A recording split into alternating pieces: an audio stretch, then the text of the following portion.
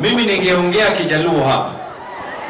Tatizo ile kubwa niko nayo, ningeendelea kuongea Kijaluo, watu wangeenda kuambia Deputy President mimi namsengenya. Kwa hivyo afadhali niongee Kiswahili watu wanisikie ana kwa ana hapa, sio? Hamjambo tena.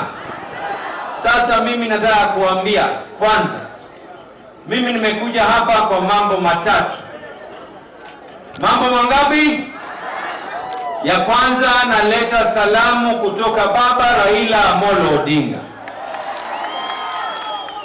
Ya pili, kuja hapa kuwa shahidi ya kuwa uteuzi wa kupatiwa nyadhifa za uwaziri za wale ambao kwamba walikuwa ni wandani wetu. That was a wise, a bright and a better decision for this great country of Kenya. Kuchagua Mbadi, Hassan Ali Joho, Oparanya na Wandai was a right decision for this country. Na ya tatu ambayo imenileta hapa, Homa Bay oye! Ya tatu ambayo imenileta hapa, ni lazima niweze kuweka kauli wazi. What brings us together is larger than the differences that we have. Nisikieni kwa makini. Wengine walikuwa wanaona raha watu wakiwa wanateta. Kuteta kwetu haileti unga wala haileti mazuri juu ya meza zenu. Sisi tunaweza kuwa watoto wa mama tofauti, baba mmoja.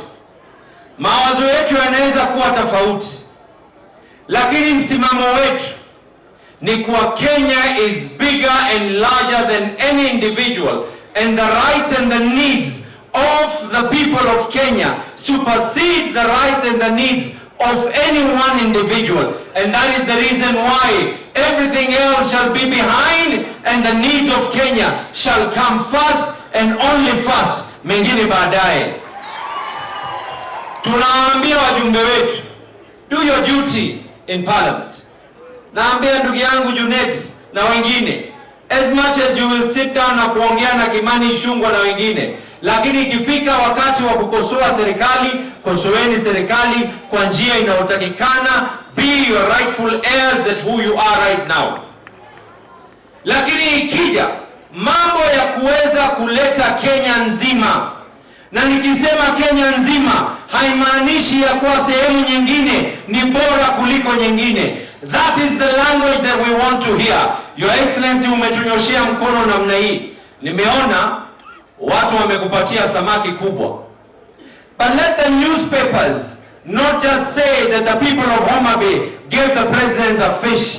Let the newspapers say that the people of Homa Bay welcomed you, not because of you being an individual. The people of Mombasa welcomed you not because of you being an individual, but the ideology that you presented to us, that Kenya belongs to every single person. Umetupa mkono, tunakupiga pamoja.